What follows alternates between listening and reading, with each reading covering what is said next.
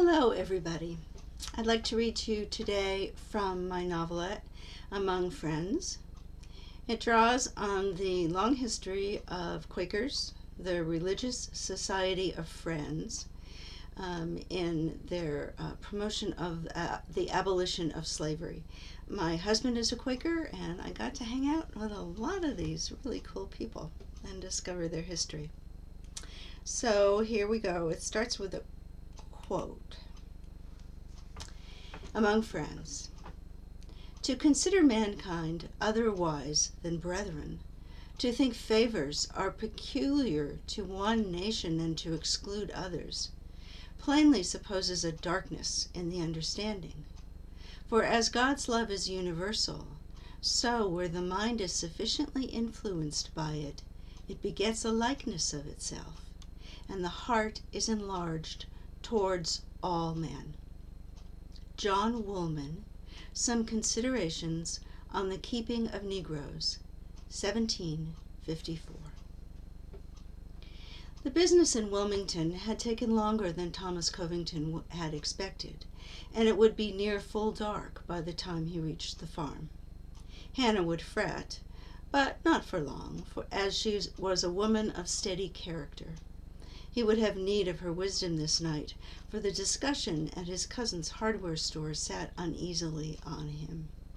Enoch had brandished a pamphlet by Pennsylvanian William Jackson, stating, "No one is under any more obligation to lend himself as a tool to others for the commission of a crime, even when commanded by his government to do the wrong." Yet had not Sunderland Gardner from New York asserted, "Wrong may be wrongfully opposed, and war opposed in a warlike spirit"?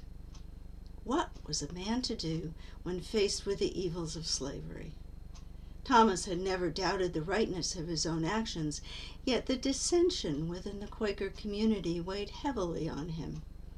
Delaware was a border state, whose citizens felt strongly both for and against slavery, but surely Friends, who had universally condemned the practice nearly a century ago, ought to have greater unity. The gray mare trudged on, her head swinging. Thomas eased back on the bench of his wagon and let her set her own pace. After so many years of companionable service, she needed little guidance back to her own barn. She wasn't a big horse, not as massive as her draft horse Dam, but so cheerful in her ways that she often did the work of a pair. The mare's head shot up, ears swiveled forward, and she nickered. She was the friendliest horse Thomas had ever owned, and would call out in greeting to just about any person she met. Although it was nearly dusk, Thomas could not see anyone, neither mounted nor on foot. A ditch paralleled the road to the east, half filled with water from recent rain, and beyond it brush had grown up like a stunted hedgerow. The mare turned her head in that direction. Thomas lifted the reins, and she ambled amiably to a halt. Without the sound of her hoofs on the road, he heard a rustling in the brush. "Who is there?" Thomas called. "Whatever thy situation, friend, I will not harm thee." For a time, nothing happened. The light faded, shadows lengthening. Thomas sat quietly, feeling the familiar stillness settle over him. Although his hearing was not as keen as it used to be, he caught the sound of harsh, quick breathing. A moment later, a man as dusky of skin as the gathering night emerged from the brush. He moved with a limp, half crouching, and even in the poor light, Thomas could see how ragged were his clothes and how torn and battered his feet. Thomas clambered down from the wagon and began talking in a friendly manner, speaking slowly and choosing his words with care. The man must be an escaped slave, one who had been hotly pursued, and was even now at the very limit of his strength. The fugitive stumbled through a tale of having outwitted the man and dogs sent after him, but those slave catchers had been replaced by one who was relentless. Having run as fast and as far as he was able, the poor man had had no choice but to seek aid. He'd hoped to find another of his race, someone he might trust, but none had come by.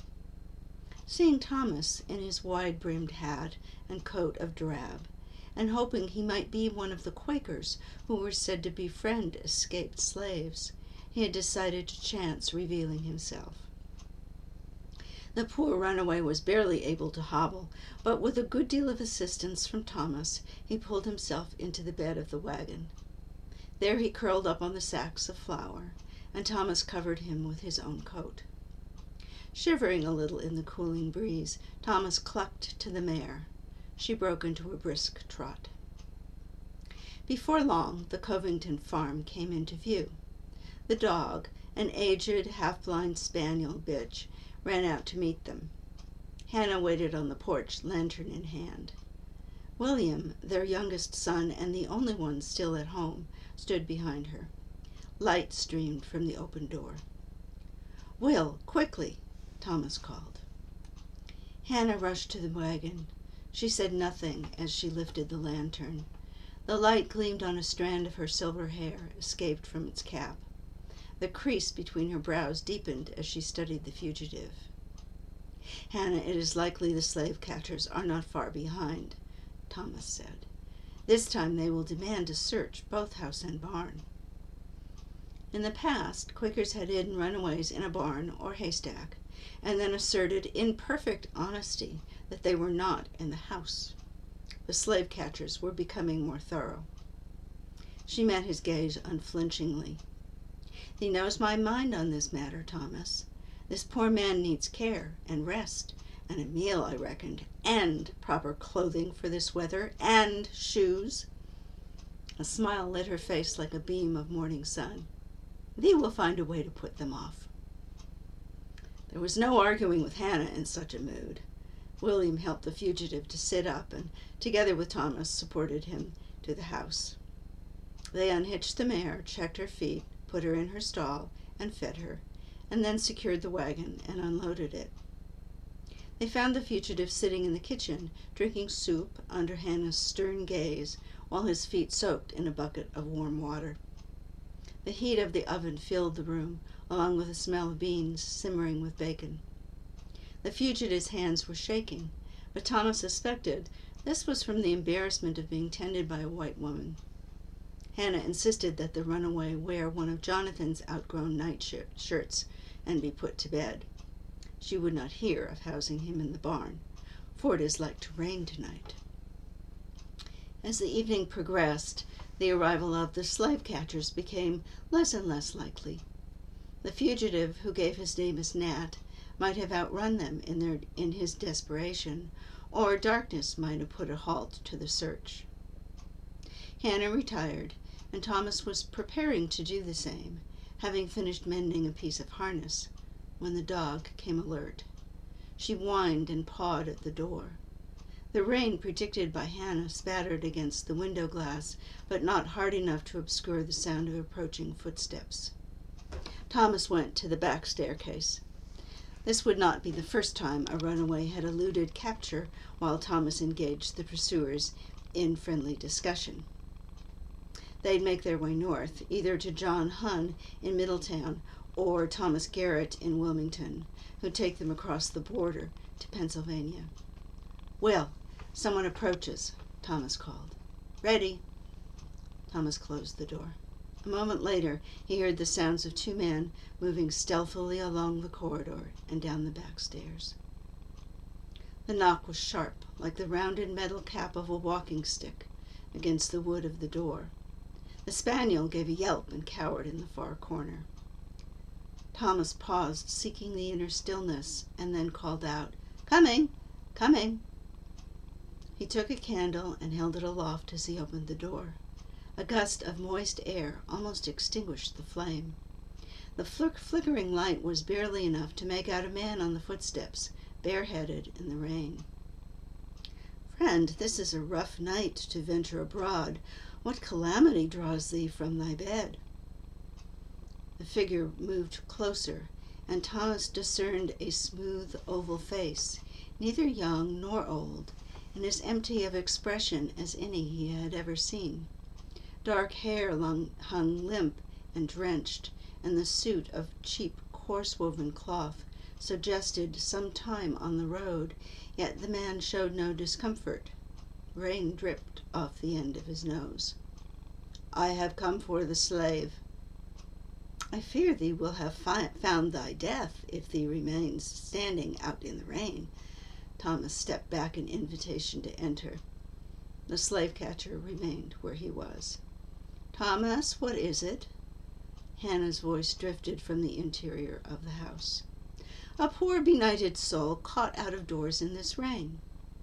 "Bring him in then, and warm him by the fire. I will be with thee shortly." "Get inside, friend," Thomas urged the stranger. "Thee is in no condition to conduct business of any sort. Once thee is warm and dry, with a cup of my wife's chamomile infusion inside thee, then we can discuss the matter." "I have come for the slave." Thomas studied the stranger, debating in his own mind whether the man might be simple, or merely so exhausted as to have no thought beyond his quest. "I am sorry, friend, but the rain makes such a clamor, and my ears do not work as they once did. I am having difficulty understanding thee. Will thee not come in?" By slow degrees, Thomas convinced the slave-catcher that no business would be conducted until he entered, and allowed himself to be dried and seated before the fire. By this time, Hannah had come down, properly dressed. The slave-catcher refused her offers of chamomile infusion or coffee. Thomas counted the minutes in his mind, the miles along the road to Wilmington, and when William and Nat would be safe with Thomas Garrett. When the slave-catcher pressed his cause, Thomas inquired mildly whether he had a warrant. "For if thee will not take the word of an honest man that there are no slaves in this house, thee must proceed in a lawful manner." The man produced a document, surprisingly undamaged by the rain, and Thomas proceeded to study it at great length. By this time, on previous occasions, the slave-catchers had grown impatient and restless. This one waited with admirable stillness. When Thomas glanced up from his reading, the slave-catcher rose. "I will search the premises now." "Indeed, it appears you have the right to do so," Thomas agreed. "But this warrant is made out only as agent of Robert A. Corcoran. Has thee a name?" "A name?" The slave-catcher paused, his face as expressionless as always. "It is of no importance." "It is of very great importance," Thomas said gently, "as every slave knows." "Then call me whatever name you choose, but let me get on with my work. We have spoken too long." The slave-catcher made to push past Thomas, but Thomas stood firm, studying the other man's face, and finding nothing of any personal or particular nature, no clue as to temperament or history, joy or sorrow or hope. "He is like Adam, unmarked as yet by life's travails, but an Adam corrupted and turned into an instrument of evil by the vile practice of slavery." They went upstairs together. Thomas took the lead, opening each door to show the emptiness of the chamber beyond. In this manner, they proceeded through the house. When Adam, as Thomas now thought of him, announced his intention to search the barn next, Hannah gave Thomas a warning look. "I am an old man, as thee sees," Thomas explained, "and this night is too chill and damp for me. Will thee stay the night with us and continue the search tomorrow?" "I have come for the slave. I will search the barn now." "Thee will not find him there." Thomas accompanied Adam to the door and handed him a lantern. "Mind thee, not disturb the gray mare's rest." Without a reply, Adam walked into the rain. Hannah, drawing her knitted shawl more tightly around her shoulders, came to stand beside Thomas. They watched the upright figure cross the muddy ground between house and barn. The lantern cast a wavering light through the drizzle. "Such a strange man," Hannah murmured, Does he not arouse thy pity? He does indeed. I fear he is as much a slave as Nat. Unlike Nat, however, he cannot escape to freedom. The barn door opened, and the slave catcher passed within. Thomas, I think we must try again to have him stay the night with us. No man should be abroad in such. A horse's furious squeal issued from the barn, followed by the sound of thumping, so loud it could be heard clearly above the rain. The mare must be kicking her stall to splinters. Not pausing even to put on his coat, Thomas sprinted across the yard, Hannah following but a pace behind. They reached the barn just as the mare let out another squeal. The door to the stall was ajar, and yellow light, too bright to come from the lantern alone, filled the space. The mare reared, hooves flailing the air. Thomas reached the stall. The mare backed up, her rump pressed against the far corner. Her ears were pinned flat against her neck, and white rimmed her eyes. Adam lay face down and unmoving in the center of the stall. The lantern had toppled on its side. Already flames were spreading through the straw. Thomas seized the mare's water bucket, which hung just inside the stall door, and dumped it over the burning straw. Steam and smoke billowed up, leaving a carpeting of sullen orange flames. He moved into them, stamping and scattering cinders. Hannah thrust her shawl into his hands. A moment later, the last of the fire was extinguished. Coughing from the smoke, he straightened up. The barn lay in near darkness. Hannah knelt beside Adam and turned him on his back. Thomas, he looked over her shoulder. Adam's still form was barely discernible, a shadow among shadows. Thomas, he's not breathing. We must get him into the house. Adam was surprisingly heavy. Between the two of them, Thomas and Hannah were able to load him onto a handcart and wheel him to the house. They laid him out on the kitchen table.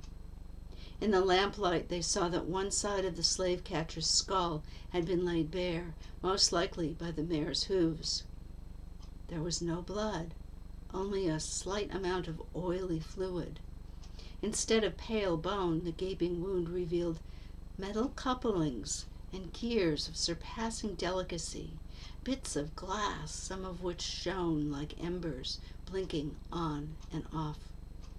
Similar structures were visible in a second gash along one forearm, as if Adam had tried to protect himself when the mare whirled and kicked. A faint, irregular clicking sound and a hiss like escaping steam arose from the body. "What can this be?" Hannah murmured. "A man of gears and lights?" Thomas had read of such things in newspapers sent by Philadelphia friends. The specimens had been imported from Switzerland as playthings for the wealthy. Perhaps Yankee industry was now producing domestic models. Automata, they were called. He had not realized they would be so human in appearance. Hannah looked up at Thomas, and never before had he seen such confusion in her eyes. "Is he a mechanical person, or a machine crafted in the appearance of a man, but with no more of the inward light than a pocket watch?" After a moment's reflection, Thomas said, "I do not know what he may be, nor do I think he himself can tell us, damaged as he is." She made a helpless gesture. "This work is beyond thy skill or mine to repair." "But not perhaps that of Samuel Pusey?" "Yes, a watchmaker might have the knowledge." She lowered herself to one of the straight-backed kitchen chairs. "I do not know whether to bandage him or not. A poultice might make the damage worse." If this had been a human man, a flesh and blood man, she would have washed him and dressed his wound, found clean clothing for him, and tucked him into the bed that Nat had so recently vacated. But she did not know what this automaton, this clockwork man, and, Thomas admitted, neither did he. So that is the opening, and You can kind of see where it's going. Maybe, maybe not. Anyway, it's released at Amazon and Barnes & Noble and Kobo and Overdrive. Ask your library to get it on November 1st. Thanks and enjoy.